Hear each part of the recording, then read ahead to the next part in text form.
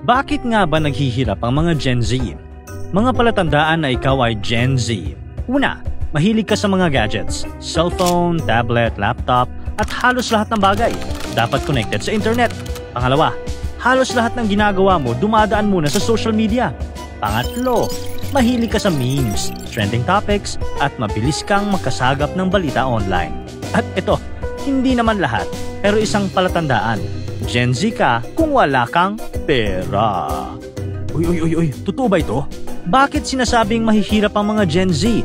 Dahil ba mahilig silang mag-relapse, mag-add to cart, o kaya naman mangutang? Tara, pag-usapan natin yan. Gen Z ang tawag sa mga kabataang ipinanganak mula 1997 hanggang 2012. Sila yung mga lumaki na may internet, smartphones at social media, kaya sanay na sanay mag-Google, manood sa mga short-form video platform at mag-share ng memes. Karamihan sa mga Gen Z ay open-minded, creative at conscious sa mga issue gaya ng mental health at equality. Sa dami ng challenges ngayon, Gen Z ang henerasyon na flexible, practical at may sariling boses sa digital world. Pero sa kabila ng lahat ng ito, ang Gen Z ay sinasabing naghihirap na henerasyon. Ayon kasi sa US Census Bureau at Kids Count Data Center, kitang-kita sa datos na Gen Z ang pinakaapektado pagdating sa kahirapan sa Amerika. Sa totoo lang, habang tumataas ang presyo ng bilihin, renta at tuition, mas marami sa Gen Z ang nabubuhay sa low income o below poverty line kumpara sa millennials, Gen X at boomers noong kaedad nila ito. Umabot pa sa 23% ng Gen Z ang nabuhay sa kahirapan noong 2011 to 2012 at kahit bumaba na ito, mahigit 10.5 na milyon pa rin ang nasa poverty line noong 2023. Sinabi rin ng Deloitte sa kanilang Global 2024 Gen Z and Millennial Survey na ramdam sa buong mundo ang hirap ng Gen Z. Lumalabas sa survey na halos 60% ng Gen Z ay nabubuhay paycheck to paycheck. Ibig sabihin, sapat lang ang kinikita nila para sa pang-araw-araw na gastos. 3 sa bawat 10 Gen Z ang nagsabing hindi sila financially secure at paulit-ulit na lumalabas na ang cost of living ang number one concern nila na mas mataas pa kaysa unemployment, mental health o climate change.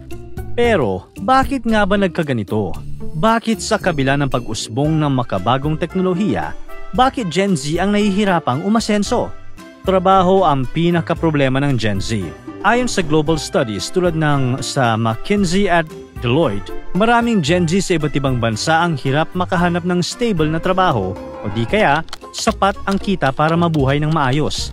Sa dami ng bagong graduates at sobrang dami ng applicants, mas mahigpit ang labanan ngayon sa job market. Kahit may degree, hindi automatic na makakahanap agad ng trabaho ang Gen Z. Lalo na't maraming kumpanya ang nagiging mas mahigpit sa pag-hire at madalas may stigma na unprepared sila para sa trabaho. Ayon sa global surveys, 40% ng business leaders at halos 60% ng employers ang nagsasabing hindi handa ang Gen Z pagdating sa work skills, communication at professionalism. Madalas silang malabel na entitled, laging late o mas priority ang work-life balance. Kaya nahihirapan ang mga Gen Z na makapasok o magtagal sa trabaho. Hindi ito dahil tamad sila, kundi kadalasan kulang lang talaga sa training, mentorship at support ang mga bagong graduate ngayon. Lalo na't naapektuhan pa sila ng pandemic at remote learning.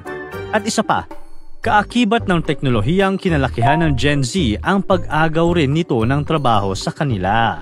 Ayon sa McKinsey Global Institute, aabot sa 375 na milyong tao sa buong mundo ang kailangang magpalit ng trabaho o mag-aral ng bagong skills bago mag-2030 dahil sa AI at automation. Halos kalahati ng Gen Z job seekers ang naniniwalang bumaba ang value ng college degree nila dahil sa AI, kaya mas ramdam nila ang job insecurity at hirap makahanap ng stable na trabaho. Kaya kahit sinabihan silang mag-aral ka para makakuha ng magandang trabaho, iba na ang realidad ngayon. Marami sa kanila ang struck sa entry-level jobs, gig work o unstable na kontrata na hindi sapat ang bayad para sa basic needs at loan payments. Sa totoo lang, 87% ng Gen Z workers sa isang global survey ang nagsabing underpaid sila. Kaya naman dahil dyan, ang mga Gen Z ay lubog sa utang. Habang kulang ang sweldo, tuloy-tuloy pa rin ang gastos sa renta, pagkain, tuition, entertainment at iba pang pangangailangan. Ayon sa Credit Karma at TransUnion, mas mabilis ang pagdami ng utang ng Gen Z kumpara sa ibang henerasyon. Mas marami na silang credit cards, mas mataas ang average balance at mas madalas silang malate sa bayad. Gen Z ang pinakakomportable sa paggamit ng credit at instant loans, lalo na't sobrang dali na lang mag-apply sa mga lending apps ngayon. Sa isang tap lang sa phone, pwede ka nang umutang sa mga instant cash apps, kaya kahit maliit ang kita, tuloy pa rin ang gastos para makasabay sa lifestyle o makaraos lang sa isang buwan. Pero dahil dito, mas marami sa mga Gen Z ang nababaon sa utang na halos hindi na makaahon, lalo na kung walang sapat na financial literacy. Dahil walang mataas na sahod at maraming utang, ang resulta, wala ring savings. Ganito ang realidad ng maraming Gen Z ngayon. Sa dami ng bills at taas ng bilihin, hirap na hirap silang magtabi ng pera para sa emergency. Ayon sa global data mula sa Fitch at YPulse, halos kalahati ng Gen Z o 47% walang emergency fund at yung meron man, kadalasan, sapat lang para sa isang biglaang gastos bago maubos ulit. Kahit may ilang Gen Z na nag-iipon, karamihan ay hindi talaga nakakapag-focus sa long-term savings.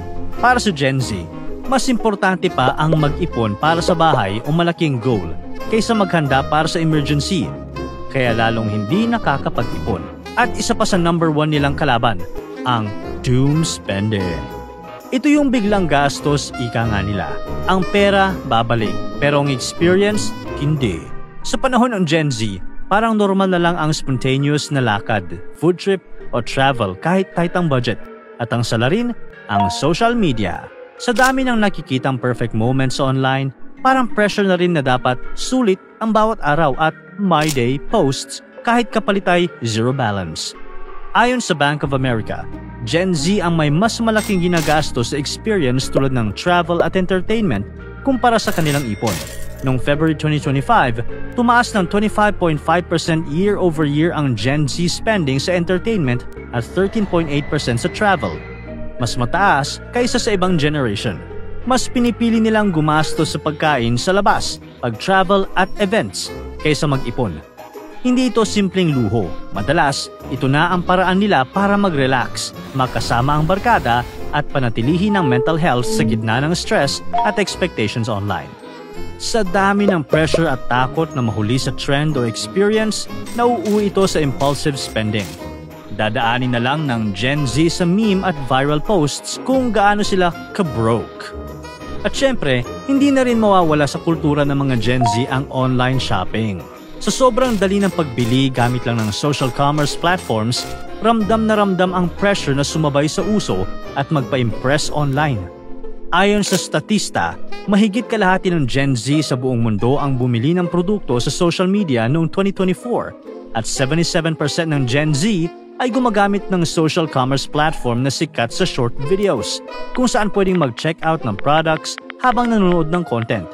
Hindi lang ito simpleng shopping, madalas ito na ang paraan nila para maibsan ang stress, loneliness, o para ma-heal ang inner child, lalo na kapag may pinagdadaanan o gustong makabawi sa mga hindi naranasan noong bata pa.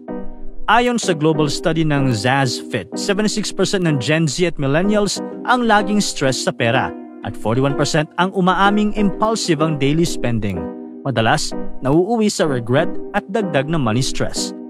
Kapag ang mga tito-tita mo nagtatanong kung kailan ka mag-aasawa, naiirita ka ba? Naku, may magandang rason naman pala ang pagtatanong. Dahil sinasabing isa sa mga dahilan kung bakit mahirap ang mga Gen Z ay dahil hindi pa sila nagkakaasawa. Sa global survey ng The Knot noong 2023, more than half ng Gen Z ay open naman sa ideya ng marriage sa future. Pero karamihan ay mas focus muna sa sarili, education, career at enjoying single life. Kaya hindi priority ang maghanap ng life partner sa ngayon. Dahil dito, marami sa Gen Z ang hindi nakikinabang sa mga financial advantages ng pagiging married. Ayon sa mga analysis, mas mahirap mag-ipon o mag-invest kung mag-isa ka lang nagbabayad ng renta, bills at pang-araw-araw na gastos, kumpara sa mag-asawang hati sa lahat ng bayarin. Bukod pa rito, mataas ang cost of living, renta at utang, kaya mas ramdam ng Gen Z ang pressure na mag-survive mag-isa. Kaya kahit gusto nilang magpakasal balang araw, mas pinipili muna nilang unahin ang sariling growth at stability. Ang ending, mas delayed ang marriage at mas challenging para sa mga Gen Z ang makaipon o mag-invest para sa future, na nagdadagdag pa sa financial struggles ng generation na ito. Kaya kailan ka nga ba mag-aasawa? Kaya sa lahat ng ito, pinakakulang sa Gen Z ang financial literacy.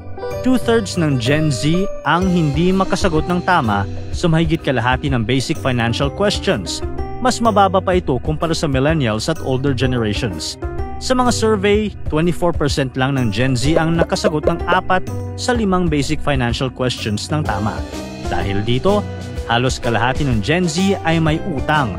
21% ang hirap mag-budget kada buwan at 19% ay hindi makakabuo ng kahit 100,000 pesos emergency fund kung kailanganin. Ang kakulangan sa financial know-how ay nagdadala ng dagdag na stress, anxiety at financial instability sa mga Gen Z. Pero may pag-asa kapag nabigyan ng tamang financial education ng Gen Z na swak sa digital world nila, mas magiging handa sila sa pera at sa future.